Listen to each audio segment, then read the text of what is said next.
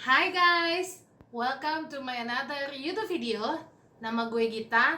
Hari ini gue mau membahas kisah tentang hilangnya seorang pria yang berhubungan dengan sebuah kultus. Mau tahu cerita lengkapnya? Ya, check this out. Mark James Kilroy adalah seorang pria yang lahir pada tanggal 5 Maret tahun 1968 di Chicago, Illinois, Amerika Serikat. Dia adalah anak dari James Kilroy, ayahnya, yang bekerja sebagai seorang engineer, dan ibunya yang bernama Helen Kilroy yang bekerja sebagai relawan medis. Setelah Mark Kilroy lahir, keluarga Kilroy akhirnya pun pindah ke negara Meksiko, guys. Mark dibesarkan di dalam keluarga Katolik yang taat, dan Mark Kilroy ini juga merupakan anak yang pintar, guys. Bidang akademis, bidang olahraga itu semua dikuasain sama si Mark. Bahkan ketika si Mark ini ditemukan menghilang, Mark sedang mengejar beasiswa kedokterannya dong, guys. Ya guys, Mark Kilroy menghilang pada pagi hari tanggal 14 Maret tahun 1989. Saat itu, Mark baru saja berusia 21 tahun, dan dia hilang ketika dia sedang beristirahat di daerah Matamoros setelah dia menyelesaikan ujian beasiswanya dia di Texas A&M University.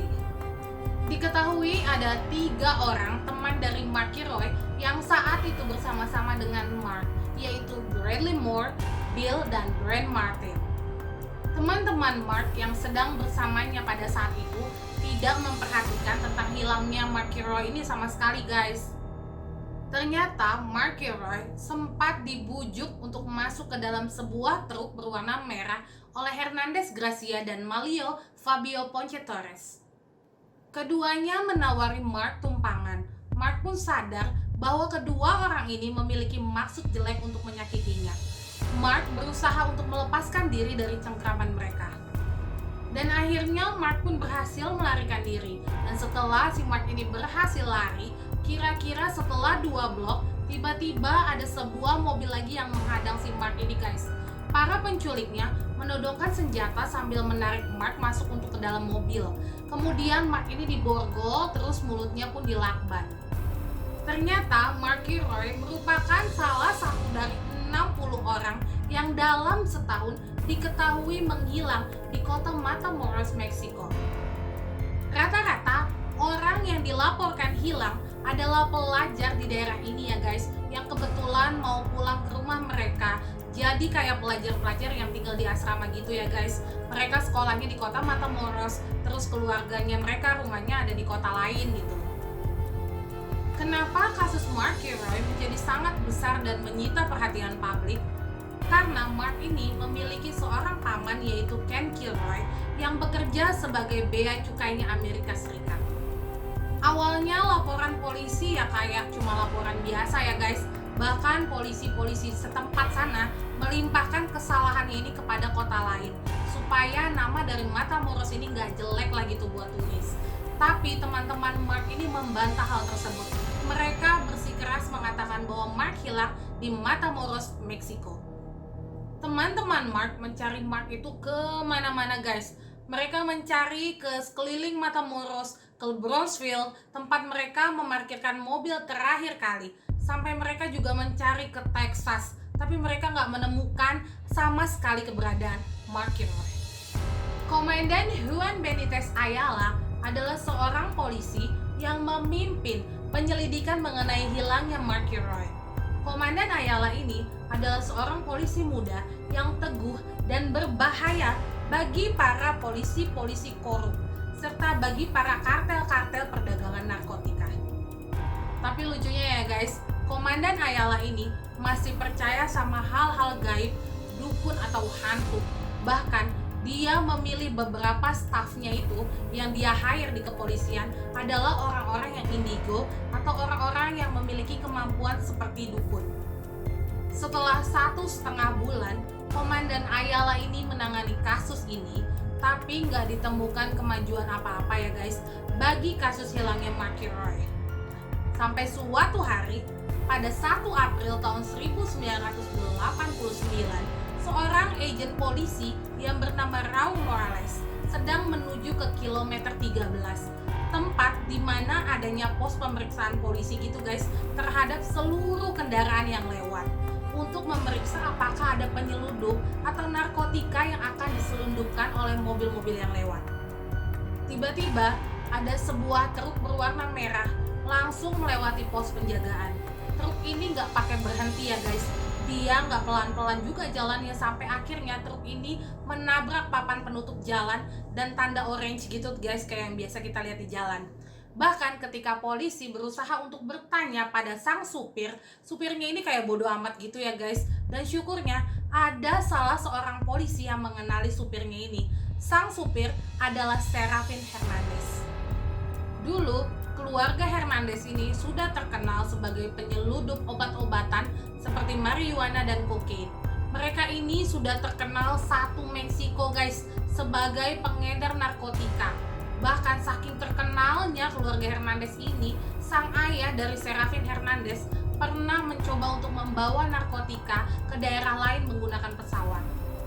Tapi setelah anak pertama dari keluarga Hernandez ini mati, terus ayahnya tertangkap polisi juga, koneksi mereka pun akhirnya hilang guys. Dan lahan marijuana sebesar 370 akre milik keluarga Hernandez ini habis dibakar polisi. Polisi bingung nih guys, kenapa Serafin Hernandez begitu berani membawa sebuah truk yang berisi obat-obatan pula. Fast forward, akhirnya polisi berhasil membuntuti Serafin Hernandez ke sebuah rumah pertanian keluarga Hernandez. Selain polisi menemukan banyak sekali obat-obatan di sekitar rumah, mereka juga menemukan sesuatu yang unik, yaitu ada dua benda yang Ayala ini kenal banget guys. Apa itu bendanya? Benda yang pertama adalah sebuah patung atau statu yang dibuat dari semen berbentuk sebuah pir gitu, tapi memiliki muka. Jadi ada matanya, ada mulutnya.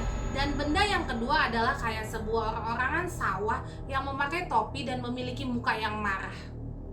Seperti yang tadi gue bilang guys sebelumnya, kalau Komandan Ayala ini lumayan suka sama hal-hal yang berbau gaib dan dukun ya guys.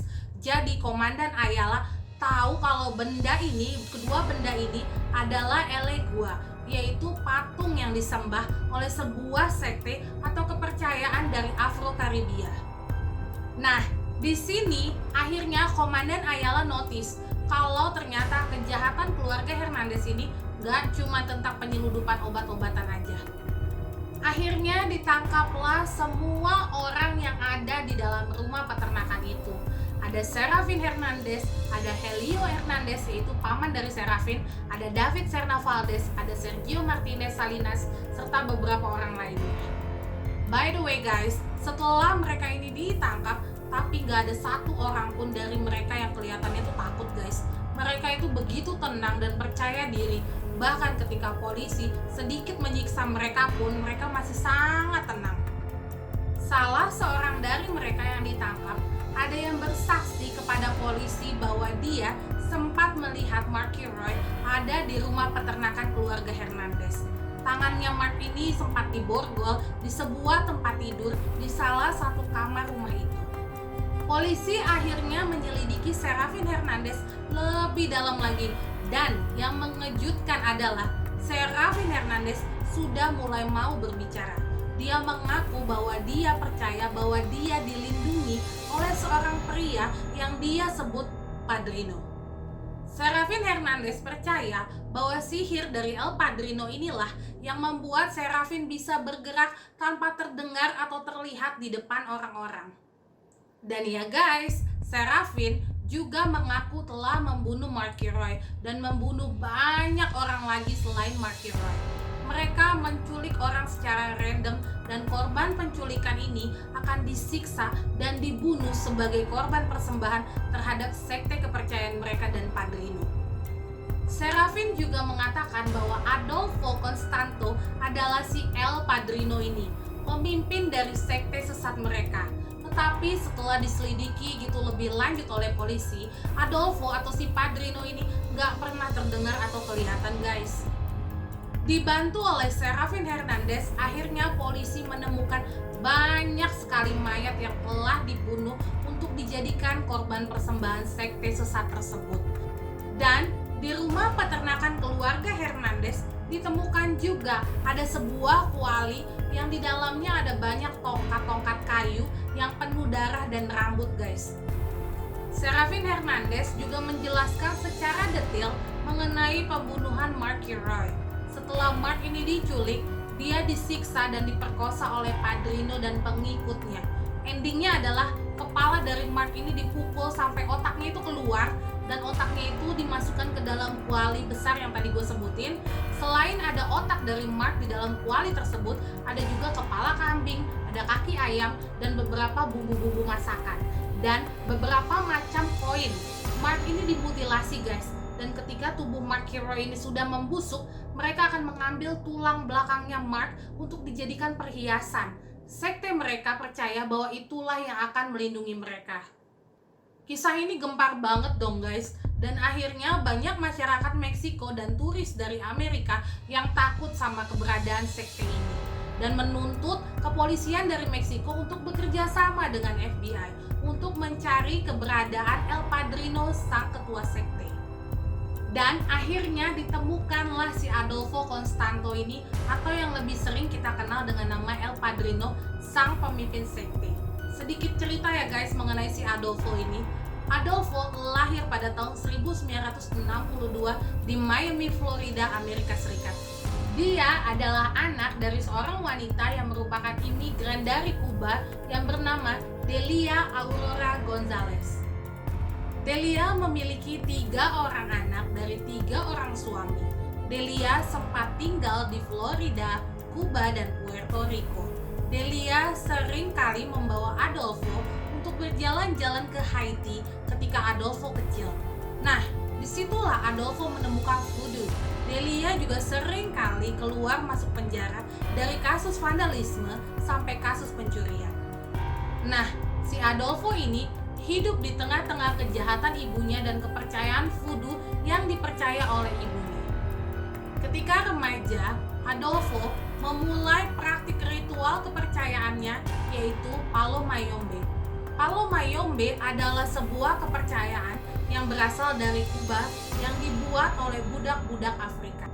Palo Mayombe menganggap semua benda-benda yang ada di alam ini memiliki energi dan roh. Pada praktiknya, mereka akan menyembah sebuah kuali yang di dalamnya itu ada tulang-tulang dari orang-orang yang sudah mati. Kepercayaan ini dibawa Adolfo akhirnya ke Meksiko. Dia memiliki beberapa pengikut dan biasanya pengikut-pengikutnya ini adalah seorang gangster, kartel narkotika, polisi yang korup, serta penjahat-penjahat jenis lainnya. Ritual Adolfo semakin menggila guys setelah pindah ke Meksiko. Adolfo percaya untuk mendapatkan kekuatan yang semakin besar, maka dibutuhkan juga pengorbanan yang sangat besar dari manusia yang hidup. Itulah yang menyebabkan Adolfo dan para pengikutnya menculik dan membunuh. Dan kasus Mark Roy adalah kasus penutup dari cerita pembunuhan mereka. Setelah beberapa bulan Adolfo ini menjadi buronan polisi, akhirnya polisi berhasil mengetahui bahwa Adolfo ini bersembunyi di rumah salah satu seorang pengikutnya. Singkat cerita ya guys, polisi berhasil datang ke rumah tersebut dan terjadilah tembak-tembakan antara polisi dengan pengikutnya Adolfo. Dan dikabarkan Adolfo ini meninggal dalam peristiwa tersebut. Dan beberapa dari pengikut setia Adolfo yang masih tersisa akhirnya pun ditangkap oleh kepolisian. Mereka dijatuhi hukuman penjara antara 30 tahun sampai 60 tahunan guys. Bahkan Serafin Hernandez menerima hukuman penjara selama 67 tahun. Demikian guys cerita kita untuk hari ini. Kisah seorang pemuda yang berprestasi yang tiba-tiba diculik untuk dijadikan tumbal persembahan oleh sebuah sekte sesat. Terima kasih banyak buat kalian semua yang udah nonton video gue dari awal sampai akhir. Stay safe everyone. Jangan lupa untuk terus dukung channel YouTube gue dengan cara like, comment, subscribe, dan share ke teman-teman kamu. Bye!